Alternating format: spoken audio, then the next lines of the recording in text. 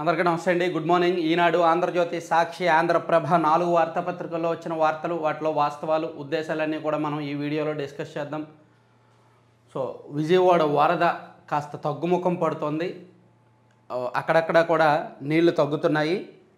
బాధితులు ఎక్కడెక్కడ ఎవరున్నారు, ఎవరు చిక్కుకుపోయారు అనేది గుర్తించడానికి వీలవుతుంది. చూసారా, వరద తగ్గింది అంటే బాధితులకు ఉపశమనం కాదు, అసలు బాధితులు ఎక్కడున్నారు, ఏ ఇంట్లో ఎవరు చిక్కుకుపోయారు అనేది గుర్తించడానికి వీలవుతుంది.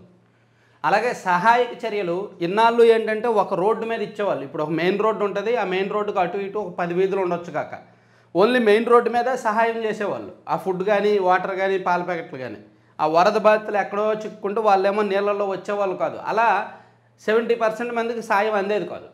సో నిన్న సాయంత్రం నుంచి కాస్త వీధుల్లో వరద తగ్గుతుంది కాబట్టి సహాయక చర్యలు వెళ్తున్నాయి, లోపలికి కూడా వెళ్తున్నాయి.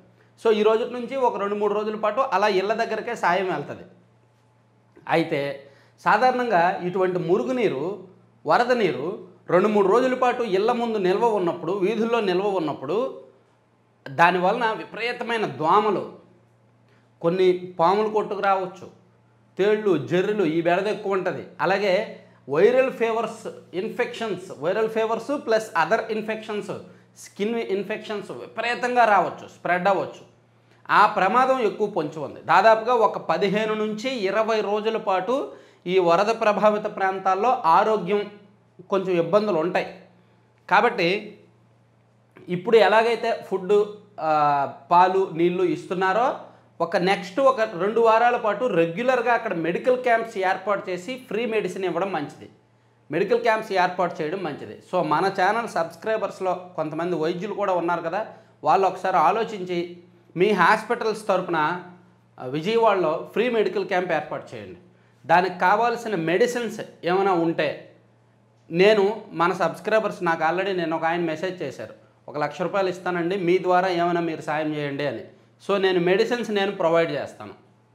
ఇంకా అవసరమైతే కొంత వేసుకుంటాను. అలాగే మన సబ్స్క్రైబర్స్ ఏమైనా ఇచ్చినా తీసుకొని మెడిసిన్స్ ఏమి కావాలో ఈ వరద బాధితులకు నెక్స్ట్ 15 డేస్, అంటే ఇప్పుడు ఇస్తున్నది అసలైన సాయం కాదు, ఇప్పుడు ఇస్తున్నది కేవలం నీళ్లు తాగడానికి, కడుపు నింపుకోవడానికి మాత్రమే. కానీ నెక్స్ట్ 15 రోజుల్లో వాళ్ళకి అసలైన కష్టాలు ఉంటాయి, వైరల్ ఫీవర్స్, ఇన్ఫెక్షన్స్ ఎక్కువగా ఉంటాయి.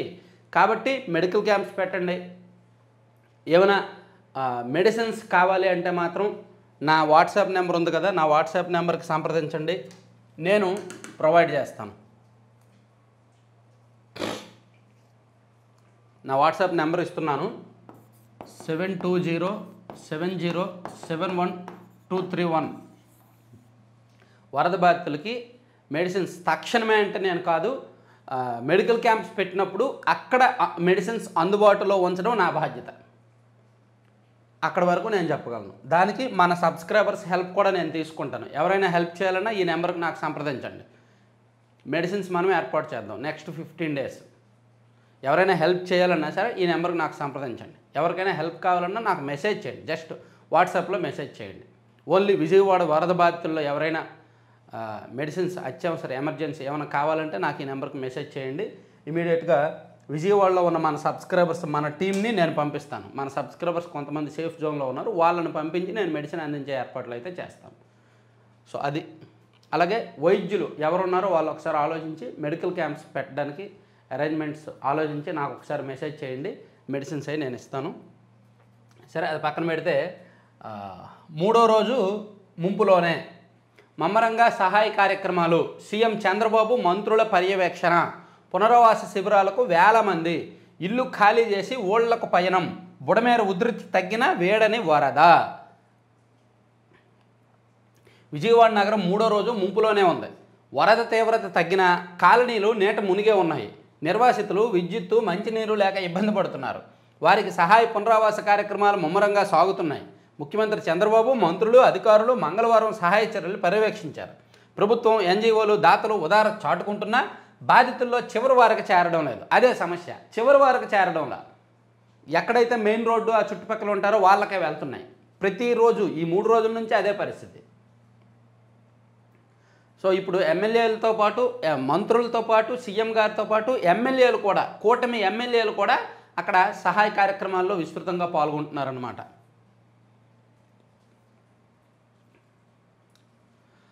హెలికాప్టర్లోని చూస్తే కష్టాలు ఎలా తెలుస్తాయి.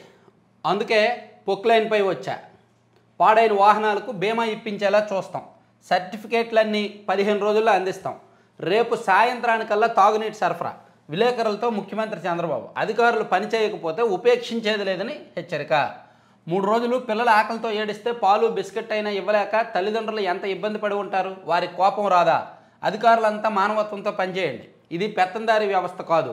ప్రతి వీధిలో చివరి ఇంటికి చివరి వ్యక్తి వరకు సాయం అందాల్సిందే. నేను ఇక్కడ ఒక మాట అంటానండి, ఎవరేమో అనుకోవద్దండి. గత ప్రభుత్వంలో ఏం చేసేవాళ్ళు తెలుసా? వరదలు వస్తే అందరికీ అందింది, అంతా అందుతుంది, వరద బాధితులు సంతోషంగా ఉన్నారు అని మాత్రమే చిత్రీకరించేవారు, బయటకు చూపించేవాళ్ళు. కానీ ఇక్కడ సీఎం స్థానంలో ఉంటూ ఆయనే నేరుగా చెప్తున్నారు వరద బాధితులకు సహాయం అందట్లేదు అని ఆయనే ఒప్పుకుంటున్నారు. చివరి ఇంటికి చివరి వరకు సాయం అందట్లేదు అని ఆయనే ఒప్పుకుంటున్నారు. పసిపిల్లలకు పాలు ఇవ్వలేకపోయామని ఆయనే ఒప్పుకుంటున్నారు. ఎందుకంటే ఆయన నేరుగా చూసారా, ఆయనకు తెలుసు. గతంలో ఏం జరిగేది తెలుసా? అంతా బాగుంది, అన్నీ ఇచ్చేశారు, అంతా అద్భుతంగా ఉందని మసిపూసి మారేడుగా చేసేవాళ్ళు. ఎవరైనా ఇవ్వలేదు అని చెప్తే వాళ్ళ మీద కేసులు పెట్టి వాళ్ళని వేధించి వాళ్ళని నువ్వు కమ్మోడివి, నువ్వు టీడీపీ ఓడివి అని చేసేవాళ్ళు అనమాట. గతానికి ఇప్పటికి తేడా అది తెలుసుకోండి. వస్తే సాక్షాత్ అక్కడ ఎవరున్నా సరే కష్టాలు వస్తాయి. ప్రకృతి విపత్తు అనేది ఖచ్చితంగా కష్టాలను తీసుకొస్తుంది. సో అందరికీ సాయం చేయలేరు. ఎంత గొప్ప ప్రభుత్వం ఉన్నా సరే, ప్రపంచంలో అత్యంత మంచి పరిపాలకుడు వచ్చినా సరే కష్టాలు ఉంటాయి. సో దాన్ని తప్పులు ఒప్పుకొని దాన్ని ఎలా చేయాలి అనేది ఆలోచించాలి. అంతే తప్ప మేమంతా చేస్తాం అని చెప్పి మసిపూసి మారేడికాయ చేయడం అలవాటు అయిపోయింది గత ప్రభుత్వాలకి. సారీ, ఫ్లోలో దేవుడు అని వచ్చింది, దేవుడు భక్తులు ఫీల్ అవ్వద్దు. దేవుడికి మాయలు వచ్చు కదన్నా, అన్నీ చేసేస్తాడు కదన్నా, నువ్వేంటి అలా అంటావు అని అనొద్దు. నేను ఏమీ పట్టించుకోను. వరద నీటిలో మరణ మృదంగం. వేరువేరు ప్రాంతాల్లో ఒక్కరోజే 12 మృతదేహాలు లభ్యం. విజయవాడలో వరదల తీవ్రతకు ప్రాణ నష్టం కూడా అధికంగా ఉండొచ్చని ఆందోళన వ్యక్తమవుతోంది. ఇదిగోండి, విజయవాడ వరదల్లో ప్రాణ నష్టం కూడా అధికంగా ఉండొచ్చని ఆందోళన వ్యక్తమవుతోంది. వేరువేరు ప్రాంతాల్లో సోమవారం 5 మరణించగా మంగళవారం మరో 12 మృతదేహాలు బయటపడ్డాయి.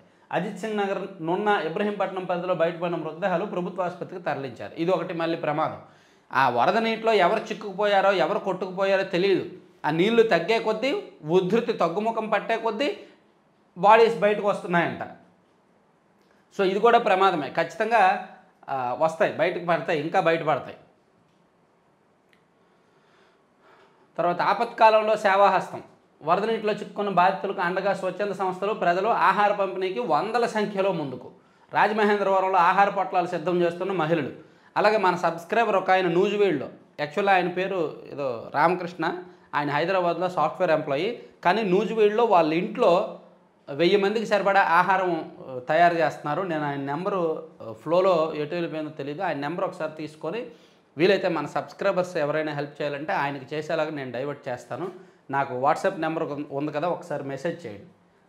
ఆయన ఇంట్లో ఒక 1000 ఫుడ్ ప్యాకెట్లు అయి సిద్ధం చేయించారు. ఈరోజు కూడా ఒక 1000 చేపిద్దాం మనం అమౌంట్ ఇచ్చి. తర్వాత ప్రకాశం బ్యారేజీ గేటు మరమ్మతులకు మమ్మర ఏర్పాట్లు పరిశీలించిన నిపుణుడు కన్నయ్య నాయుడు. వారం రోజుల్లో కౌంటర్ వెయిట్ ఏర్పాటు. పడవలు గేట్లను తాకడంపై సందేహాలు. విచారణకు సీఎం చంద్రబాబు ఆదేశం. అక్కడ 3 పడవలు వచ్చాయి చూడండి, 3 బోట్లు ఆ గేట్లను తాకాయి కదా. ఆ 3 బోట్లు తాకడం వెనక సందేహాలు ఉన్నాయంట. అది ఎవరో కావాలని వదిలారు అని కొన్ని సందేహాలు ఉన్నాయి. కాబట్టి దాని మీద ఎంక్వైరీ చేపిస్తామని చెప్పారు.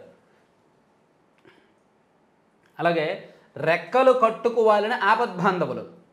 వరద సహాయ చర్యల్లో డ్రోన్ల వినియోగం. 30 డ్రోన్ల ద్వారా అన్నార్తులకు ఆహారం చేరవేత. మరో 200 తెప్పించే యత్నం. తర్వాత చిత్రసీమ దాతృత్వం. నిన్న ఫస్ట్ జూనియర్ ఎన్టీఆర్ గారు స్పందించారు. 2 రాష్ట్రాలకు తలో 50 లక్షలు ఇచ్చారు. ఆ తర్వాత బాలకృష్ణ గారు స్పందించారు. ఆయన కూడా 2 రాష్ట్రాలకు తలో 50 లక్షల కోటి రూపాయలు లెక్క ఇచ్చారు. కోటి రూపాయలు ఇచ్చారు మొత్తం.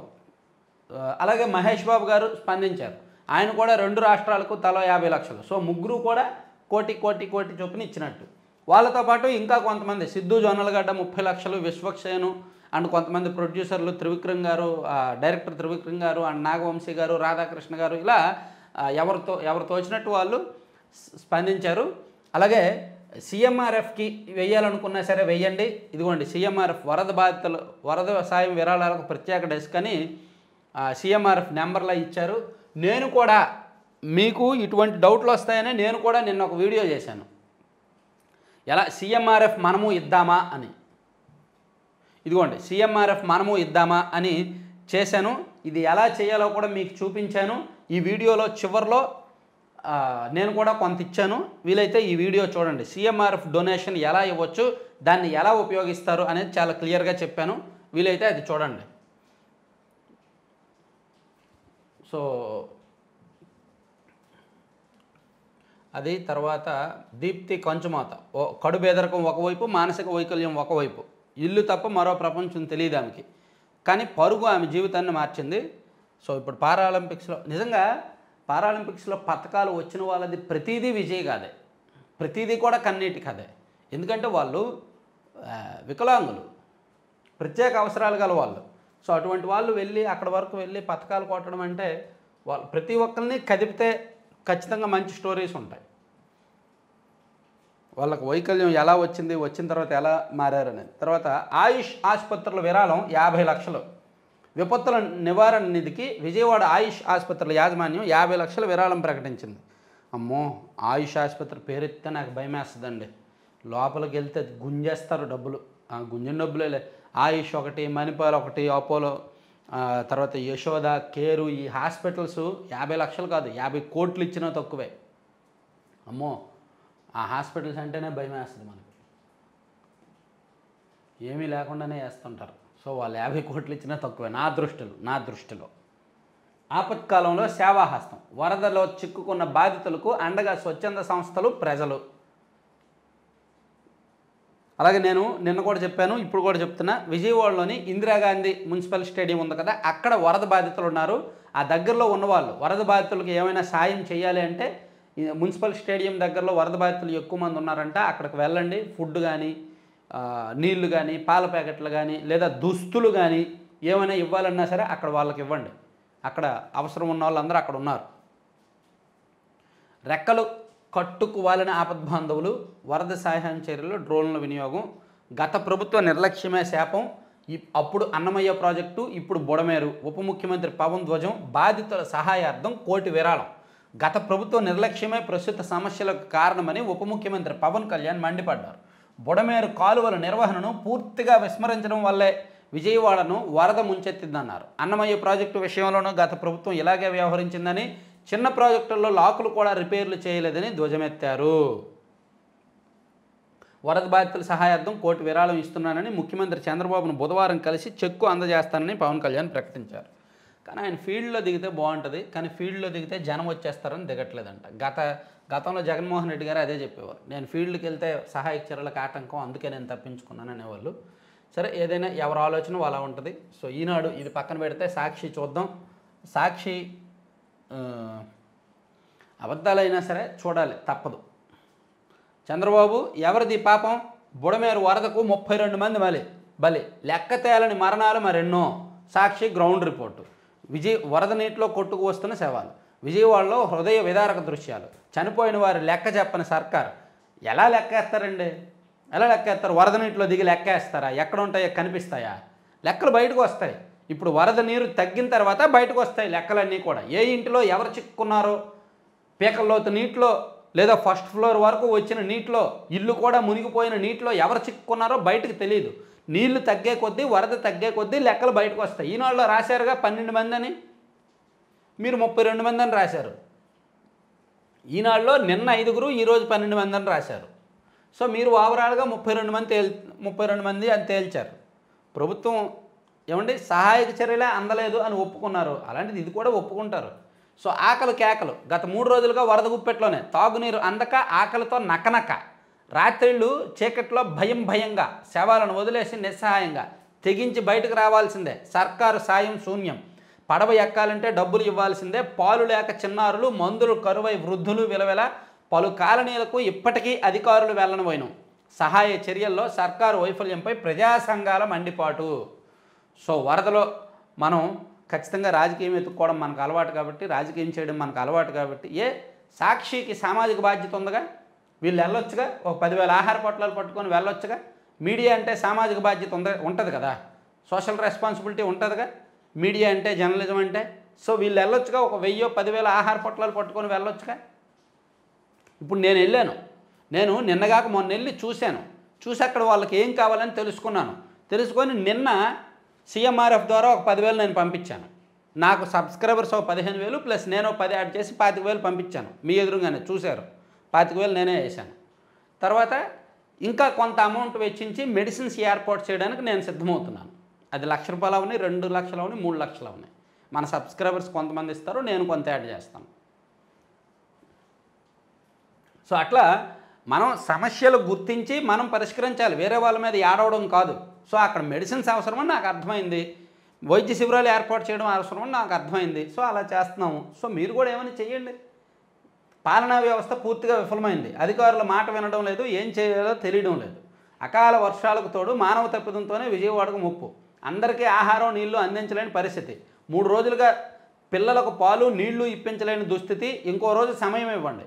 ఇల్లు దెబ్బతిన్నాయి, వస్తువులు పూర్తిగా పాడయ్యాయి, ఇళ్లను శుభ్రం చేసే బాధ్యతను ఫైర్ సిబ్బందికి అప్పగిస్తాము. 2 వారాల్లోగా వాహనాలకు ఇన్సూరెన్స్ క్లెయిమ్లు సెటిల్ చేయిస్తా. గతంలో వైసీపీ గవర్నమెంట్లో వరదలు వచ్చినప్పుడు ఎప్పుడైనా ఇలా మాట్లాడారండి? సమస్యలు ఉన్నాయి పరిష్కరిస్తా అని ఎప్పుడైనా చెప్పారా? లేదు, చెప్పేవాళ్ళు కాదు. అంతా బాగుంది.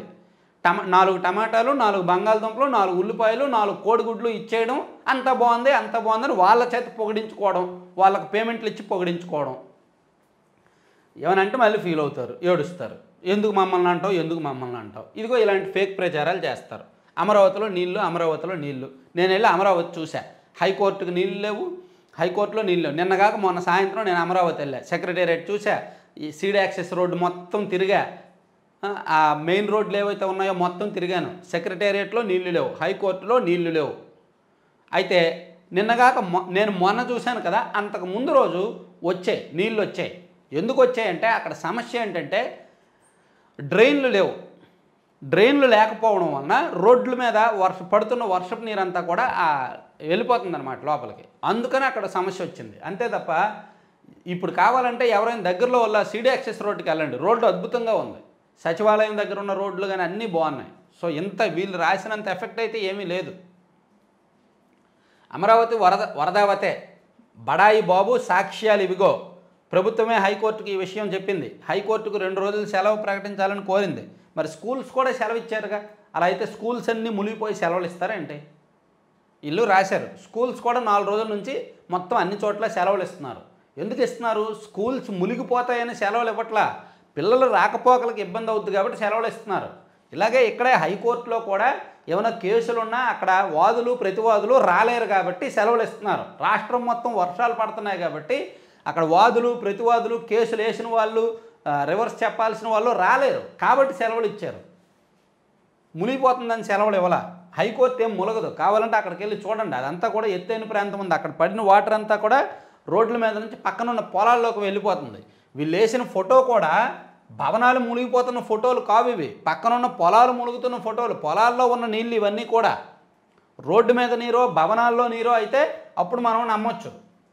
ఇప్పుడు ఇది పట్టుకుంటారు వైసీపీ వాళ్ళు, కరుడు కట్టిన వైసీపీ వాళ్ళు ఇదే పట్టుకొని అమరావతి మునిగిపోయింది అని సోషల్ మీడియాలో మొత్తం ప్రచారం చేస్తారు. అరే ఇది నిజమో కాదని వెరిఫై కూడా చేయరు. సాక్షి మమ్మల్ని మోసం చేస్తుందేమో అని కూడా అనుకోరు. ఎందుకు అనుకుంటారు? అది వాళ్ళది కదా. సో వాళ్ళు ఈ భ్రమ నుంచి బయటకు రావాలి. సో ఎందుకంటే అలా వాళ్ళు మోసం చేసేసుకుంటున్నారు, వాళ్ళ మైండ్ని వాళ్ళు మోసం చేసేసుకుంటున్నారు. కొంతమంది దగ్గరలో ఉన్న వాళ్ళు వెళ్ళండి, అమరావతి వెళ్ళండి, వెళ్ళి చూడండి, హైకోర్టు దగ్గర సెల్ఫీలు దిగండి. నరకయాతన అనుభవించాం, దుర్వాసన మధ్య దొరికిందే తింటూ, పునరావాసానికి దిక్కులేదు, కనికరం లేని సర్కార్, చుట్టుముట్టిన కష్టాలు, సర్కార్ గాయం సాక్షి సాయం, శాంతిస్తున్న కృష్ణమ్మ. 5, 7, 8, 9, 16 పేజీల్లో మంచిది, సూపర్, బాగా రాశారు. చూద్దాం 5వ పేజీ సరదాగా ఓపెన్ చేద్దామే ఏమి రాశారో. ఆక్రమణలతోనే కొంప కొల్లేరు, భారీగా కృష్ణమ్మ వరద సముద్రానికి చేరడం అనుమానమే. ఓకే. శాంతిస్తున్న కృష్ణమ్మ, గోదావరి పెరుగుతోంది, ధవళేశ్వరం బ్యారేజ్ నుంచి 3.09 క్యూసెక్ల సముద్రంలోకి, నేడు ఇంకా పెరగనున్న వరద ఉధృతి. వర్షాలు. IIITలో 2 మెస్ మేనేజర్లు అరెస్ట్ ఏంటి మొత్తం వాళ్ళందరినీ నాన్ బెయిలబుల్ కేసులు పెట్టండి త్రిబుల్ ఐటీలో ఉన్న వాళ్ళందరినీ కూడా. దళిత మహిళపై టీడీపీ కార్యకర్త లైంగిక దాడికి ప్రయత్నం, ఆలస్యంగా వెలుగు చూసిన ఘటన, మంత్రి అండతో కేసు లేకుండా చేసే ప్రయత్నం. రాష్ట్ర బీసీ సంక్షేమ శాఖ మంత్రి సబిత ప్రాతినిధ్యం వస్తున్న శ్రీ సత్యసాయి జిల్లా పెనుగొండ నియోజకవర్గంలో మహిళలకు రక్షణ కరువైందట. 1 గంట జరిగిన మాజీ యానిమేటర్పై టీడీపీ గుండాలు దాడి, సత్తులపల్లి ఆసుపత్రి తరలింపు. ఓకే ఇవన్నీ సాక్షిలో రాశారు.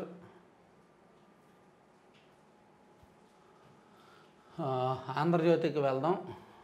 ఆంధ్రజ్యోతిలో నేను ఈ పేపర్ ఓపెన్ చేస్తుంటే పిచ్చి యాడ్లు వస్తున్నాయి, పనికి మన యాడ్లు వస్తున్నాయి, అడ్వర్టైజ్మెంట్లు. అవి చూడడానికి మన సబ్స్క్రైబర్స్ ఇబ్బంది పడుతున్నారు. అందుకే పీడిఎఫ్ పేపర్ ఓపెన్ చేశాను. కష్టాలు కన్నీళ్ళు, హాహాకారాలు ఆర్తనాదాలు, ప్రధాన ప్రాంతాలకే పరిమితమైన సాయం. మీరు ఇంకొకటి అబ్జర్వ్ చేయండి. ఆంధ్రజ్యోతి, ఈనాడు ఎంత టీడీపీ అనుకూల పత్రికలైనా వరదల్లో నిజాలు రాస్తున్నారు. ఆ కష్టాలేంటి, కన్నీళ్ళేంటి, సమస్యలేంటి అనేది రాస్తున్నారు. కానీ గతంలో వరదలు వచ్చినప్పుడు సాక్షిలో ఎప్పుడైనా ఇలా రాశారా? అంతా బాగుంది, అంతా అద్భుతం, ప్రభుత్వ పనితీరు భేష్, అధికారులను మెచ్చుకుంటున్న జనం అని రాసేవాళ్ళు. అంటే కష్టాలు కూడా సమస్యలు కూడా వాళ్ళు రాసేవాళ్ళు కాదు. డైరెక్ట్ అంతా బాగుంది, వరద వచ్చి పీకల్లోతో నీటిలో ఉన్నా సరే వాడి దగ్గరికి వెళ్ళి నీకు ఫుడ్ అందిందా, వాడి చేత అందించి వాడికి 100, 200, 500 ఇవ్వడం, వాడి చేత ఏదో ఒకటి చెప్పించుకోవడం, దాన్ని పబ్లిసిటీ చేసుకోవడం, అలా చేసేవాళ్ళు. చూడండి, అది అబ్జర్వ్ చేయండి. రాష్ట్ర ప్రజలందరూ కూడా అబ్జర్వ్ చేయండి. గతంలో ఎలా పనిచేశారు, ఇప్పుడు ఎలా పనిచేశారు అనేది అబ్జర్వ్ చేయండి. మారుమూల ముంపు దాకా చేరని ఆహారం, 3 రోజులుగా ఆకలి దప్పులతోనే వేదన, ప్రాణాలకు తెగించి వరద నీటిలో నడక, బతుకు జీవుడా అని ఒడ్డుకు చేరుతున్న దైన్యం, ట్యూబులు, థర్మాకోల్ షీట్లే పడవలు, వాటిపైనే పిల్లలు వృద్ధుల తరలింపు, ఇబ్బడి ముబ్బడిగా వస్తున్న ఆహారం, దానిని బాధితులకు అందించే దారేది, పెద్ద సంఖ్యలో పడవలు వచ్చిన రోడ్ల మీదే, సింగ్ నగర్ ఫ్లైఓవర్పై వాహనాలు, జనం జాతర, అచ్చన్న చెప్పినా క్లియర్ చేయని పోయినం, జిల్లా యంత్రాంగం మధ్య సమన్వయ లోపం, సీఎం వస్తే తప్ప అడుగు బయటపెట్టని కలెక్టర్, బుడమేరు బాధితుల్లో తీవ్ర ఆవేదన ఆక్రోశం. ఏంటి డైరెక్ట్ కలెక్టర్ మీదే పడింది కన్ను. సర్వశక్తులు ఒడ్డుతున్నాం, బాధితుల కోసం ఎంతైనా ఖర్చు చేస్తాం. అత్యంత భయానకం, బుడమేరు చరిత్రలోనే రికార్డు వరద, దిగువకు 40,000 క్యూసెక్లు, బుడమేరు కొల్లేరు ఆక్రమణలతో విజయవాడపై మహోగ్ర రూపం. ఎప్పటికైనా బుడమేరు వలన అర్జెంటుగా బుడమేరులో ఆక్రమణలన్నీ తొలగించాలి. బుడమేరుకి అటు ఇటు ఆక్రమణలు ఉన్నాయి, రియల్ ఎస్టేట్ వెంచర్లు వచ్చేసాయి. హైదరాబాద్లో హైడ్రా వంతకు చూడండి, అటువంటిది విజయవాడ నగరం సమీపంలో ఉన్న ఆక్రమణల మీద, ముఖ్యంగా ఈ బుడమేరు, అలాగే కృష్ణానది కరకట్ట, కృష్ణానది అక్కడ ఉన్న ఆక్రమణలన్నింటి మీద కూడా కన్నేయాలి. ఏవైతే ఆక్రమణల మీద ఉన్నాయో అవి కొట్టుపడేయాలి. కొట్టుపడేసి రిటైనింగ్ వాల్ కట్టాలి, అర్జెంటుగా రిటైనింగ్ వాల్ కట్టాలి, కడితేనే సేఫ్. అలాగే బుడమేరు నుంచి బయటకు వెళ్ళడానికి కొన్ని ఛానల్స్, కొన్ని కాలువలు ఉన్నాయి, ఆ కాలువలను కూడా పూడికి తీసి నిర్వహణ బాగుండాలి. ఎప్పుడైతే వర్షపు నీరు ఎక్కువ వస్తున్నప్పుడు అది వెళ్ళిపోయే దారి మనం ఇవ్వాలి. అది వెళ్ళిపోయే దారి లేకపోతే అది ఊర్ల మీద పడుతుంది. చూడండి, అడవులు నాశనం చేసేస్తున్నాం కాబట్టి అడవుల్లో ఉండాల్సిన జంతువులు జనంలోకి వస్తున్నాయి. అలాగే నీరు వెళ్ళడానికి ఒక దారి అంటూ ఉంటుంది, కొన్ని వాగులు, వంకలు, కాలువలు ఉంటాయి. అవి మనం ఆక్రమించేస్తే అవి ఇళ్లల్లోకి, మనుషుల్లోకి వస్తాయన్నమాట. ఇదే ప్రత్యక్ష ఉదాహరణ. అందుకే వాగులు, వంకలు, చెరువులు ఆక్రమించొద్దురా బాబు అని చెప్పేది. అందుకే తక్కువ సమయంలో సమర్థవంతంగా పనిచేస్తున్నాం. బుడమేరుపై గత ప్రభుత్వం నిర్లక్ష్యం, సో పవన్ కళ్యాణ్ గారు. తర్వాత అదంతా దుష్ప్రచారమే. హాస్టల్ స్నానపు గదుల్లో రహస్య కెమెరాలు లేవు, 4 విద్యార్థులు తీరుతోనే ఇంత వివాదం, తన నగ్న వీడియోలు బయటకు రాకూడదని అందరి వీడియోలు ఉన్నాయని బెదిరించిన యువతి, బాత్రూంలో రహస్య కెమెరాలు పెట్టారని వెల్లడి, విద్యార్థులను ఆరా తీసే క్రమంలో వివాదం వెలుగులోకి, గుట్లవల్లేరు ఇంజనీరింగ్ కాలేజీలో వివాదంలో వాస్తవాలు వెలుగు తీస్తున్న 3 ఐజీల బృందము, వైఫై రూటర్లు విశ్లేషిస్తున్న సెర్ట్, సీడాక్ నిపుణులు. ఒక 4 వివాదం అంట, 4 మధ్య అది ఉండటంతో వాళ్ళు ఒక పుకారు సృష్టించారంట, అన్ని బాత్రూముల్లో కెమెరాలు ఉన్నాయి అని. దాంతో విద్యార్థులందరూ భయపడ్డారంట. జిందాల్ కోసం జగనన్న జత్వానీని, జే జిందాల్ జగనన్న జత్వానీ కట్టడికి మాస్టర్ ప్లాన్. జిందాల్ జగన్ పదే కలిసింది ఈ కేసు కోసమేనా? ఆడదాన్ని ఒక్కదాన్ని చేసి తొక్కేయాలని చూశారు. జగన్, నీకు 2 ఆడపిల్లలు ఉన్నారు, మర్చిపోయావా? గుడ్లవల్లేరు కెమెరాల వ్యవహారంపై ఫేక్ ప్రచారం, షర్మిల. సో జిందాల్ కోసం జగన్మోహన్ రెడ్డి గారు వాళ్ళిద్దరు ఏకమై ఒక ఆడపిల్లని తొక్కేయాలనుకున్నారని షర్మిల గారు కొన్ని సెన్సేషనల్ కామెంట్స్ చేశారు. తర్వాత 1.45 లక్షల కోట్లతో రక్షణ కొనుగోలు అంట, అదొకటి ఓకే. తర్వాత పశువుల స్మగ్లర్గా భావించి 12వ తరగతి విద్యార్థి కాల్చివేత, కారులో 30 కిలోమీటర్లు వెంబడించి కాల్పులు, ఢిల్లీ ఆగ్రా రహదారిపై దారుణం. తర్వాత బీజేపీ రాజ్యాంగ వ్యతిరేక రూపం బట్టబయలైంది, బుల్డోజర్ నీతిపై సుప్రీం వ్యాఖ్యలను స్వాగతించిన రాహుల్ గాంధీ. రోడ్లపై ప్రాణాల హరి, దుర్ఘటనలో 43% మరణాలు రోడ్డు ప్రమాదాలతోనే, అత్యాచారానికి మరణశిక్ష, బెంగాల్ అసెంబ్లీలో బిల్లు ఆమోదం, ప్రధాని ఇలాంటి చట్టాన్ని రాకపోవడం సిగ్గుపడాల్సిన అంశం. బస్తర్ అడవుల్లో ఎన్కౌంటర్, అదంతా దుష్ప్రచారమే, హాస్టల్ గదుల్లో ఇదంతా ఓకే. సరే, అది ఆంధ్రజ్యోతి అయిపోయింది. ఇప్పుడు ఆంధ్రప్రభ చూద్దాం. ఆంధ్రప్రభ ఆగమ్మా, యాడ్లు వస్తున్నామని ఆంధ్రజ్యోతిని తీస్తాను, నువ్వెందుకు పిచ్చి యాడ్లు? వరద తగ్గుతోంది, బురద పెరుగుతోంది, కళ్ళ ముందు కోటి కష్టాలు, పారిశుధ్య ఆరోగ్య సమస్యలతో పాటు ఉపాధి ఆహార కొరత, వ్యవసాయ క్షేత్రాలు పరిశ్రమలపై తీవ్ర ప్రభావం, ప్రజలకు ప్రభుత్వానికి భారీ ఆర్థిక నష్టం, తీవ్రం కానున్న పర్యావరణ సమస్యలు, భూగర్భ జలాలు కలుషితమయ్యే ప్రమాదం, బురద నీటితో సాగు భూములకు దెబ్బ, ప్రతి ఒక్కరిపై మానసిక ఒత్తిడి, మున్ముందు ఆరోగ్య భద్రతా సమస్యలు. చెప్పాను కదా, మున్ముందు ఆరోగ్య సమస్యలు ఖచ్చితంగా వస్తాయి. ప్రభుత్వాలపై పెద్ద బాధ్యత, అన్ని రకాలుగా కోలుకునే వరకు వరద బాధితులకు రేషన్, ఆర్థిక సాయంతో పాటు వైద్య శిబిరాలు, ఇతరత్ర అన్ని రకాలు ఆదుకోవాల్సిన అవసరం ఉందని నిపుణుల సూచన. సో అన్నిటికంటే ముందు మనకి హెల్త్ ముఖ్యం, ప్లస్ ఉపాధి కల్పించడం ముఖ్యం. వాళ్ళని ఆరోగ్యకరంగా మార్చి వాళ్ళకి ఏమైనా అవకాశాలు కల్పించాలి. ఎందుకంటే ఆ ఏరియా మొత్తం ఎక్కువగా డైలీ వేజ్ వర్కర్సే ఎక్కువ అక్కడ ఉండేది. తర్వాత ఇంటింటి వెతలు, ఇల్లు చక్కబడేది ఎలా, మధ్యతరగతి ప్రజల దీనావస్థ, సగటున ప్రతి ఇంట్లో 10 లక్షలకు పైగా నష్టం, 4వ రోజు కూడా వరదలోనే ప్రజలు. దాతలు ఆదుకోండి, సమాజానికి తిరిగి ఇవ్వండి, మంత్రులకు సీఎం వార్నింగు, సర్వశక్తులు ఒడ్డుతున్న 10 జిల్లాల నుంచి బాధితుల కోసం ఆహారం, 179 సచివాలయాలకు ఒక్కో ప్రత్యేక అధికారి, సహాయ చర్యల్లో అలసత్వం చేస్తే ఉపేక్షించను. ఓకే. రేపిస్టులకు జీవితాంతం జైలే, కనీసం పేరోల్కు కూడా ఛాన్స్ లేదు. బెంగాల్లో అపరాజిత సవరణ బిల్లుకు ముందు వాళ్ళని వేయండి, ఆర్జీ కార్ ఘటన మీద ఉన్న వాళ్ళని ముందు వాళ్ళని తేల్చండి, ఆ తర్వాత మిగిలిన వాళ్ళు తేలుద్దురు. కానీ తర్వాత గుడ్లవల్లేరు ఉదంతంపై ప్రభుత్వం సీరియస్, రాజకీయ కుట్రకోణంలో కూడా సమాంతర పోలీసు విచారణ జరుగుతోందంట. సో ఇవన్నీ ఇచ్చారు. మనం తర్వాత ఈనాడులో లోపల పేజీలకు వెళ్దాం. ఆల్మోస్ట్ అన్నీ అయిపోయినట్టే. 16 లక్షలకు క్షవరం, జుట్టు ట్రిమ్ చేయించుకోవడానికి 7,000 మైళ్ళ ప్రయాణం, విలాసాలకు మారిపోయారు బ్రూనై సుల్తాన్. భలే ఉన్నాడు చూడండి. మొత్తం ఆ విమానం కానీ, ఆ కారు కానీ, ఆ మనిషి కానీ మొత్తం అంతా గోల్డే. ఏం చేస్తాం, డబ్బులు అలా వచ్చి పడుతుంటాయి. అపరాజిత బిల్లు ఏకగ్రీవ ఆమోదం, మద్దతు ఇచ్చిన ప్రతిపక్షాలు, ముగిసిన పశ్చిమ బెంగాల్ అసెంబ్లీ బిల్లు. తోడేళ్ళు కనిపిస్తే కాల్చేయండి, యోగి సర్కార్ కీలక ఆదేశాలు. ఇది ఒక ఇంట్రెస్టింగ్ వీడియో ఒకటి ఉందిలే, చేస్తాను మళ్ళీ. అక్కడ ఒంటరిగా వెళ్ళే వాళ్ళు మరణాలు జరుగుతున్నాయంట యూపీలో ఒక ప్రాంతంలో, అది సెపరేట్గా మాట్లాడదాం. బుడమేరు ఎందుకు ముంచిందంటే డ్రైన్ బఫర్ జోన్ అంతా ఆక్రమణలే, సరిపోని మళ్లింపు కాలువ సామర్థ్యం, విజయవాడ మునకకు కారణాలు ఇవే.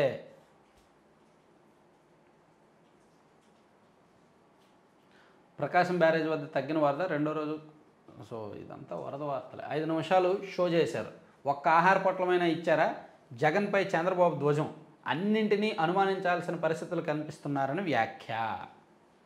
వైసీపీ వాళ్ళు ₹1 ఇస్తున్నారంటండి వరద బాధితుల కోసం, వరద బాధితులు ₹1 ఖర్చు చేస్తున్నారంట. కొంచెం నాకెందుకో మరీ తక్కువ అనిపిస్తుంది, మీరేమంటారు? అంటే ఒక పెద్ద పార్టీ, ఒక పెద్ద రాజకీయ వ్యవస్థ, ప్లస్ ఎన్నో వేల కోట్ల ఆస్తులు ఉన్న వాళ్ళు ఆ పార్టీలో ఉన్నారు. ₹1 ఏంటండి వరద బాధితుల కోసం? చాలా తక్కువ అనిపించట్లా? కనీసం ఒక 5 కోట్లైనా ఖర్చు చేయాలి కదా, కనీసం 5 కోట్లు ఖర్చు చేయాలి. నిజంగా ఒకసారి వైసీపీలో ఉన్న పెద్దలు అందరూ ఆలోచించండి. వరద బాధితుల కోసం మేము ₹1 సాయం చేస్తాము, మేము ఖర్చు చేస్తామని చెప్పారు. ₹1 అంటే బాగా తక్కువ. వైఎస్ఆర్ కాంగ్రెస్ పార్టీ అనేది ఒక పెద్ద పార్టీ, ఒక పెద్ద పార్టీ. అందులో డబ్బులు ఉన్న వాళ్ళు విపరీతంగా ఉన్నారు. ఆ పార్టీలో పోటీ చేసిన అభ్యర్థులు తలా 1,00,000 వేసుకున్న అందులో బాగా ట్రాన్సాక్షన్స్ మంచి మంచి బిజినెస్లో ఉన్న వాళ్ళు తలా 5 లక్షలు 10 లక్షలు వేసినా ఈజీగా 5 కోట్లు కలెక్ట్ అవుతుంది. మరి ఏంటో పార్టీ మరి ₹1,00,00,000 అన్నారు అంటే ఏమో వాళ్ళ అంతర్గత నిర్ణయం, వాళ్ళు ఏం ఆలోచించారో మనకెందుకు కానీ. సో ఇది 3 పత్రికల్లో ఉన్న వార్తలు అన్నమాట. నెక్స్ట్ కొన్ని కీలక వీడియోస్ అన్నీ చేసుకుందాం. Thank you.